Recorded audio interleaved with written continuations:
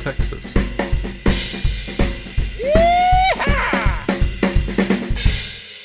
The Texas shuffle is a little weird. There's more tension between the drums, the bass, and the guitar.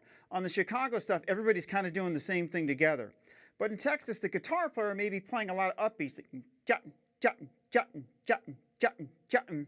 The bass player's kind of walking, and the drummer is sort of the glue between those two things. So you want to keep the time pushing forward, but you also want to make sure that it doesn't rush. And you're going to be battling a little bit against those upbeats on the guitar player. Man, I've played with some guitar players that do the Texas stuff, and it sounds great, but they are leaning on those upbeats. Don't let them drag you down. The best way, I think, to do that, you're going to play a double shuffle on the snare drum. The first notes are going to be more swung, and getting into the backbeats on 1, a 2, a 3, a 4, those often sound more like 16th notes. So the first two are looser, and the back half is a little bit tighter. Let me play it so you can kind of hear what that sounds like a little bit, and hopefully your ear will pick up on this little nuance where I'm going ga-ga. I'm playing the a 2, a 4, more like 16th notes.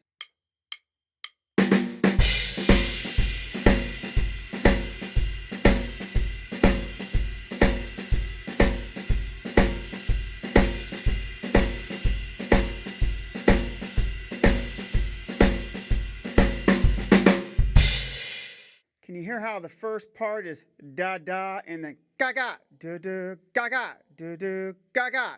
Not quite that crazy, but that's sort of what's going on there. The other thing is I'm really using that rim to get the rim shot out of that.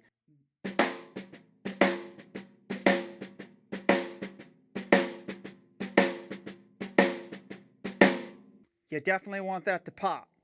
Now what changes a lot around that is the ride cymbal. You can play just quarter notes on the ride cymbal.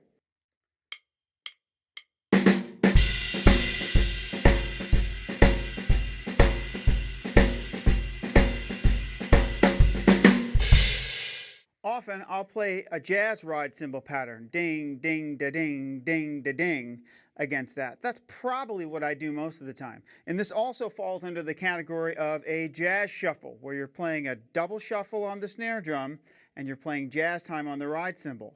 So here's a situation where you're going to play the same notes as you would for a jazz shuffle, but you're going to interpret them a little bit differently, because I'm going to still try to keep that ga-ga, ga-ga going on the snare drum.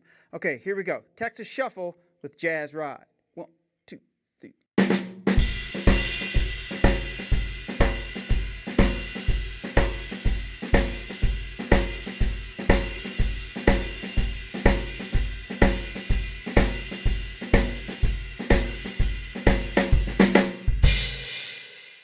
Now what's cool about using that jazz ride pattern is that when you're coming into beats 2 and 4, there's no cymbal that has to match that. So you're free to get that snare drum part as tight as you want to. Maybe, you can experiment, see how tight you want to get it. So let me see if I can really get it 16th note just as an experiment. And I'm just going to play the ride in the snare drum.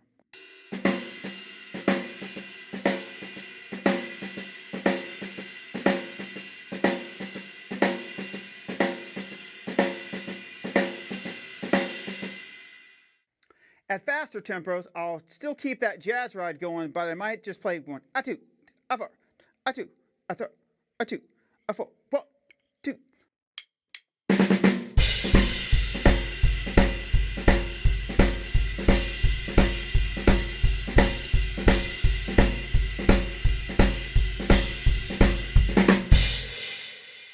You can experiment with how many notes you get in there. Sometimes you can get that 1.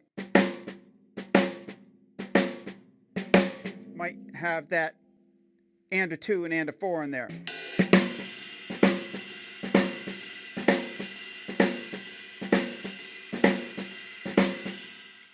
And sometimes I will try to double shuffle, but be ready, because the blood's going to be coming into this arm, and you're going to be like, thank you, it was a fun gig, I enjoyed it tonight. Got a lot of that going on. The last Texas shuffle, which is cool to mess around with, is something I call a backward shuffle. And sometimes I use this in the Chicago styles too, but more often in a Texas shuffle, or just in some weird kind of swinging thing where I want to get this upbeat feel going. And all you're doing is just playing all the upbeats on the snare drum like this. And you can play it against a variety of ride patterns. It could be quarter notes, jazz ride, or the shuffle. You know what I'm going to do? I'm just going to play, and I'm going to keep changing the ride cymbal. So I'll start with just quarter notes.